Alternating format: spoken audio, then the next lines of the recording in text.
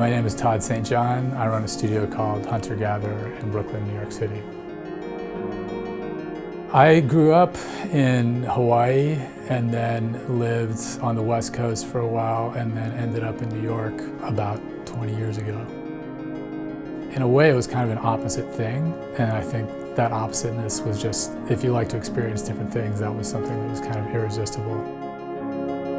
The first exposure I had with somebody really doing art was more on the commercial art side. It was like a friend of mine's dad had basically like a small agency in Hawaii. And it was the first time for me that I kind of like put two and two together, where there's a creative side that actually matched up with like you can actually have a life doing that. I've always kind of kept expanding, and even having like a shop or working in different mediums. Hopefully it's always been, how do you take this idea and push it a little further, so you stay engaged over time. I love that cross of something purely artistic, but then also totally useful. I was first working on this pattern. One of the things I was trying to figure out was basically how to make a really complicated pattern that felt seamless at the same time. Most patterns, when you do them, it's like you just repeat a rectangle, you repeat a square.